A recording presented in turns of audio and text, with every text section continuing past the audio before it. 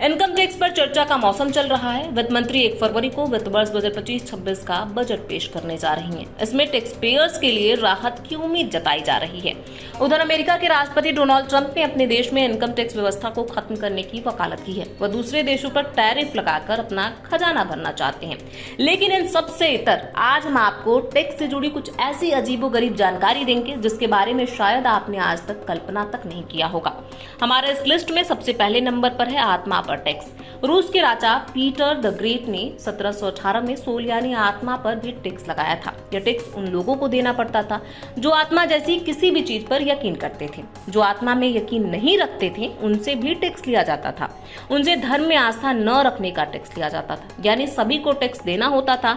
कहा जाता है कि चर्च और रसूखदार लोगों को छोड़कर सबको यह टैक्स देना ही होता था। इसमें भी टैक्स वसूली के समय टैक्स पेयर घर से गायब हो तो पड़ोसी को टैक्स देना होता था। हमारे इस लिस्ट में अगले नंबर पर है कुंवारों पर टैक्स। रोम में 9वीं सदी में बैचलर पर टैक्स लगता था। इसे रोम के सम्राट ऑगस्टस ने शुरू किया था। इसके पीछे मकसद शादी को बढ़ावा देना था। ऑगस्टस ने साथ ही उन शादीशुदा जोड़ों पर भी टैक्स लगाया था जिनके बच्चे नहीं थे। यह टैक्स 20 से 60 साल की उम्र तक के लोगों को देना होता था। 15वीं सदी में बैचलर पर टैक्स ऑटोमन साम्राज्य ने भी लगाया था। इटली के तानाशाही बेनितो मुसोलिनी ने भी 1924 में बैचलर पर टैक्स लगाया था। यह टैक्स 21 से लेकर 50 वर्ष की आयु के बीच अविवाहित पुरुषों पर लगाया जाता था। हमारे लिस्ट में अगले नंबर पर है खिड़कियों पर टैक्स। साल 1696 में इंग्लैंड और वेल्स के राजा विलियम तृतीय ने खिड़कियों पर टैक्स लगाया था। इसमें लोगों को खिड़कियों की संख्या के हिसाब से टैक्स देना पड़ता था। राजा का खजाना खाली था और इसकी हालत सुधारने के लिए उसने यह तरकीब अपनाई थी। जिन घरों में 10 से अधिक खिड़कियां होती थी उन्हें 10 शिलिंग टैक्स देना पड़ता था। इससे बचने के लिए कई लोगों ने अपनी खिड़कियों को ईंट से कवर कर दिया था, लेकिन इससे उनका स्वास्थ्य प्रभावित होने लगा। आखिर 156 साल बाद 1851 में जाकर ये टैक्स खत्म हुआ। अब बात करते हैं दाढ़ी पर टैक्स की। साल 1535 में इंग्लैंड के सम्राट हेनरी अष्टम ने दाढ़ी पर टैक्स लगा दिया था। यह टैक्स आदमी के सामाजिक हैसियत के हिसाब से लिया जाता था। हेनरी अष्टम के बाद उनकी बेटी एलिजाबेथ प्रथम ने नियम बनाया था कि 2 हफ्ते से ज्यादा बड़ी दाढ़ी पर ही टैक्स लगाया जाएगा।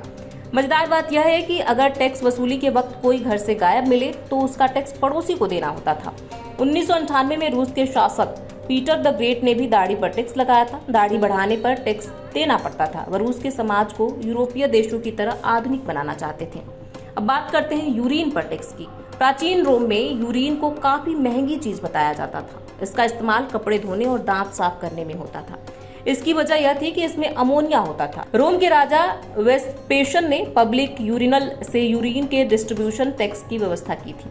जब उनके बेटे टाइटस ने इस पॉलिसी पर सवाल उठाया तो वेस्पेशियन ने उनकी नाक पर एक सिक्का रख दिया और कहा कि मनी डजंट स्टिंग, यानी पैसों से दुर्गंध नहीं आती है। हमारे इस लिस्ट में अगले नंबर पर है टोपी पर टैक्स। जी हाँ, यूके के प्राइम मिनिस्टर विलियम पीट ने 1784 में पुरुषों की टोपी पर टैक्स लगा दिया था। सभी हैट के अंदर लाइनिंग पर एक स्टाम्प लगा होता था। सरकार ने इसे पूरी गंभीरता के साथ लागू किया था। इस नियम को नहीं मानने वालों और स्टाम्प के साथ छेड़छाड़ करने वालों के लिए मौत की सजा थी।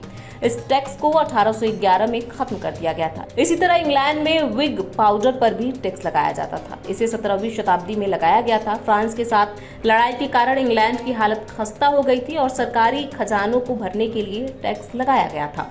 इस पाउडर का इस्तेमाल विग को कलर करने और उससे खुशबूदार बनाने के लिए किया जाता था। हमारे इस लिस्ट में अगले नंबर पर है गायों की डकार पर टैक्स। न्यूजीलैंड में मवेशियों की डकार पर किसानों को टैक्स चुकाना होगा। ग्लोबल वार्मिंग के लिए जिम्मेदार ग्रीन हाउस गैसों की समस्या से निपटने के लिए न्यूजीलैंड ने यह कदम उठाया है। मवेशियों के डकारने पर किसानों से यह टैक्स वसूला जाएगा। न्यूजीलैंड में ग्रीन हाउस गैस की समस्या में पशुओं के डकार का सबसे ज्यादा योगदान है। रिसर्च के मुताबिक मवेशियों की डकार से ग्रीन हाउस गैसों का उत्सर्जन होता है जिससे पर्यावरण को नुकसान होता है।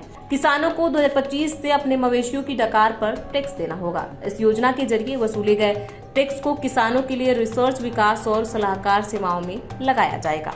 अब बात करते हैं नमक पर टैक्स। फ्रांस में 14वीं शताब्दी की मध्य में नमक पर टैक्स लगाया गया था। लोगों ने इसका काफी विरोध किया था। फ्रांस की क्रांति में इसकी अहम भूमिका थी। आखिरकार दूसरे विश्व युद्ध के बाद जाकर यह टैक्स 1945 में खत्म हुआ।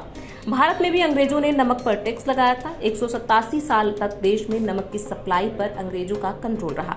सबसे पहले 1759 में ईस्ट इंडिया कंपनी ने नमक पर टैक्स लगाया था। महात्मा गांधी ने 1930 में नमक पर टैक्स के खिलाफ दांडी मार्च यात्रा निकाला था, लेकिन इसके बावजूद यह टैक्स बना रहा। अक्टूबर 1946 में अंतरिम सरकार ने इस टैक्स को समाप्त कर दिया था।